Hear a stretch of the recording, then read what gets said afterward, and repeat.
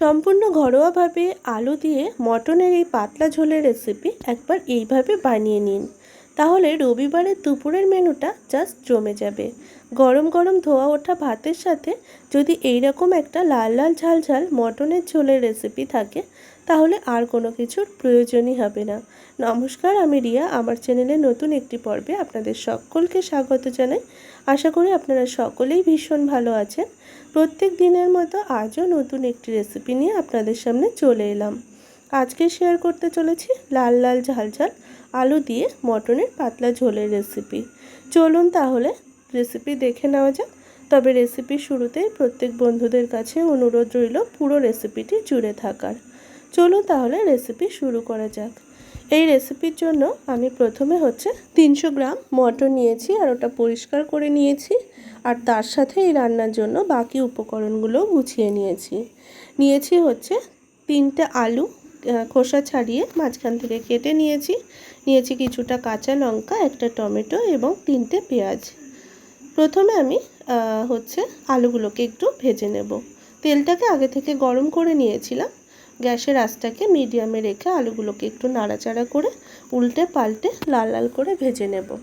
আলুগুলো ভেজে নিলে খেতে দারুণ টেস্ট হয়, আর আলুটা সিদ্ধ হতেও সময়টাও অনেকটা কম লাগে। এদিকে চলুন আলুটা ভাজা হোক ওদিকে, আর এদিকে একটা মশলা রেডি করে নিয়ে নিলাম ওই হাফ চামচ মতো লঙ্কা গুঁড়ো, হাফ চামচ মতো জিরে গুঁড়ো, মানে এটা মাংসের পরিমাণ অনুযায়ী মশলাটা অবশ্যই ইউজ করতে হবে। নিয়ে নিলাম ধনিয়া গুঁড়ো, আর দিয়ে দিলাম পরিমাণ মতো হলুদ গুঁড়ো। দিয়ে আমি জল দিয়ে ওই 5 থেকে 10 মিনিটের জন্য একটুখানি আমি রেখে দেবো রেস্টে। এতে করে না, যদি এই গুঁড়ো মশলাগুলো আপনারা এইভাবে গুলিয়ে কিছুক্ষণ আগে রেখে দেন, তাহলে বাটা মশলার মতো কিন্তু এই গুঁড়ো মশলাতেও স্বাদ এসে যায়। সেই জন্য আমি 10 মিনিটের জন্য রেখে দেব। এদিকে আলুগুলো আমাদের ভাজা কমপ্লিট। খুব ভালো করে ভেজে নিয়ে তারপর ওই তেলের মধ্যে দিয়ে দিলাম গোটা গরম মশলা, গোটা জিরে এবং কয়েকটা শুকনো লঙ্কা ফোড়নে দিয়ে দিলাম। ফোড়নটাকে একটু লালচে করে ভেজে নিয়ে তারপর এর মধ্যে দিয়ে দিলাম পেঁয়াজ কুচি। পেঁয়াজ কুচিটাকে দিয়ে খুব ভালো করে ভেজে নেব। পেঁয়াজ কুচিটা একটু নরম হয়ে এলে তারপর এর মধ্যে দিয়ে দিলাম টমেটো আর কাঁচা লঙ্কাটা এই সময় দিয়ে দিলাম। দিয়ে খুব ভালো করে পেঁয়াজের সাথে একটু ভেজে নেব। এরই সাথে এর মধ্যে দিয়ে দিলাম লবণ, যাতে টমেটো এবং পেঁয়াজ খুব তাড়াতাড়ি সফট হয়ে যায়। তাই জন্য কিন্তু এখানে লবণটা এই সময় খানিকটা ইউজ করেছি। বেশ খানিকটা সময় ভেজে নিয়ে তারপর এর মধ্যে দিয়ে দিলাম আদা রসুন বাটা। আদা রসুন বাটাটা যেহেতু কাঁচা, তাই গন্ধটা যেতে একটু সময় লাগবে। যতক্ষণ না গন্ধটা খুব ভালোভাবে যাচ্ছে ততক্ষণ ভেজে নিয়ে তারপর এর মধ্যে দিয়ে দিলাম ওই যে গুঁড়ো মশলাটা আগে থেকে আমি তৈরি করে রেখেছিলাম, সেটি এর মধ্যে দিয়ে আবারও খানিকটা লবণ এর মধ্যে দিয়ে দিলাম। দিয়ে খুব ভালো করে যতক্ষণ না মশলা থেকে তেলটা আলাদা হয়ে আসছে ততক্ষণ কষিয়ে নিয়ে তারপর মটনটা এর মধ্যে দিয়ে দিলাম। মটনটা দিয়ে ততক্ষণ পর্যন্ত কষিয়ে নেব যতক্ষণ না মটনটা খুব ভালো করে কষা হয় এবং কষানো দারুণ একটা সুগন্ধ না বেরোচ্ছে, ততক্ষণ পর্যন্ত আমরা মটনটাকে মিডিয়াম হিটে রেখে এই মশলার সাথে দারুণভাবে কষিয়ে নেব। মটনটা একটু ঢাকা দিয়ে দিলাম আমি 10 মিনিটের জন্য। তবে মাঝখানে একটু নাড়াচাড়া করে দিয়েছিলাম, এতে করে মটনটা কিন্তু খুব ভালো করে কষানো হবে আর খেতেও দারুণ সুস্বাদু হবে। খুব ভালো করে উল্টে পাল্টে মটনটাকে আবারও ঢাকাটা সরিয়ে নাড়াচাড়া করে নিচ্ছি। তেল ছাড়া কিন্তু অলরেডি শুরু করে দিয়েছে দেখুন। তবে আমি আরও একটু মটনটাকে খুব ভালো করে কষিয়ে নেব। যখন তেলটা খুব ভালোভাবে ছেড়ে যাবে ততক্ষণ পর্যন্ত। তবে খুব ঘন ঘন এই পর্যায়ে নাড়াচাড়া করতে হবে, না হলে মশলাটা কিন্তু একদম নিচে ধরে যেতে পারে। তাই খুব ঘন ঘন আপনারা একটু রেখেই একটু সময় পর পর কিন্তু মটনটাকে এইভাবে কষিয়ে নেবেন। দেখুন খুব সুন্দরভাবে কষে গেছে। এই সময় কিন্তু দারুণ একটা সুগন্ধ বেরিয়ে এসেছে কষানোর। এই সময় এর মধ্যে পরিমাণ মতো উষ্ণ গরম জল আমরা দিয়ে দিলাম।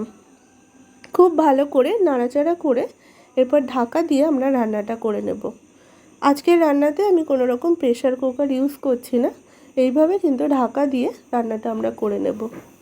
মোটামুটি আমরা 20 থেকে 25 মিনিট ঢাকা দিয়ে এইভাবে রান্নাটা করে নিয়েছি। 20-25 মিনিট পর ঢাকাটা সরিয়ে তারপর খুব ভালো করে নাড়াচাড়া করে নিচ্ছি। তবে মাঝখানে একটুখানি ঢাকা সরিয়ে নাড়াচাড়া করে দিয়েছিলাম। 20-25 মিনিট পর আমরা এর মধ্যে অ্যাড করব যে চর্বিটা ছিল সেই চর্বিটুকু এবং হচ্ছে আলুটা। প্রথম থেকে দিলে আলু একদম গলে যেত, তাই এই সময় আলুটা আমরা দিয়ে দিলাম। আলুটা দিয়ে খুব ভালো করে নাড়াচাড়া করে তারপর আবারও ঢাকা দিয়ে দিলাম 20 থেকে 25 মিনিটের জন্য। মাঝখানে আমি আবারও একটুখানি ঢাকাটা সরিয়ে তারপর কিন্তু আলুগুলোকে একটু চেক করে নিচ্ছি। আলু এখন পারফেক্ট সিদ্ধ হয়ে গেছে, তবে রান্নাটি আমি আরও খানিকটা সময় নিয়ে করে নেব। খুব ভালোভাবে নাড়াচাড়া করে আবারও ঢাকা দিয়ে দিয়েছিলাম। ঢাকা দিয়ে একদম অল্প আঁচে আমরা রান্না করে নিয়েছি আরও 10 মিনিট। সবশেষে এর মধ্যে দিয়ে দেবো হচ্ছে 1 চামচ মতো কাঁচা সর্ষের তেল দিয়ে খুব ভালো করে নাড়াচাড়া করে অল্প আঁচে 1 মিনিট মতো একটু ফুটিয়ে নেব। তারপর একদম শেষে আমরা এর মধ্যে দিয়ে দেবো হচ্ছে ওই 1/2 চামচ মতো গরম মশলা গুঁড়ো। গরম মশলা গুঁড়োটা দিয়ে খুব ভালোভাবে মিশিয়ে নেব। মিশিয়ে আমরা 10 মিনিটের জন্য একটু স্ট্যান্ডিং টাইমে রেখে দেব। তাতে করে গরম মশলার ফ্লেভারটা দারুণভাবে এই মটনের সাথে মিশে যাবে আর মটনটা খেতেও কিন্তু দারুণ সুস্বাদু হবে। এখন তৈরি আমাদের আজকের রেসিপি, একদম সানডে স্পেশাল লাল লাল ঝাল ঝাল আলু দিয়ে মটন রেসিপি। এটি গরম ভাতের সাথে এবার পরিবেশন করার পালা। কেমন লাগলো আজকের রেসিপি অবশ্যই জানাবেন। ভালো লাগলে লাইক, কমেন্ট, শেয়ার এবং আমার চ্যানেলে নতুন বন্ধু হয়ে থাকলে চ্যানেলটিকে সাবস্ক্রাইব করার অনুরোধ রইল।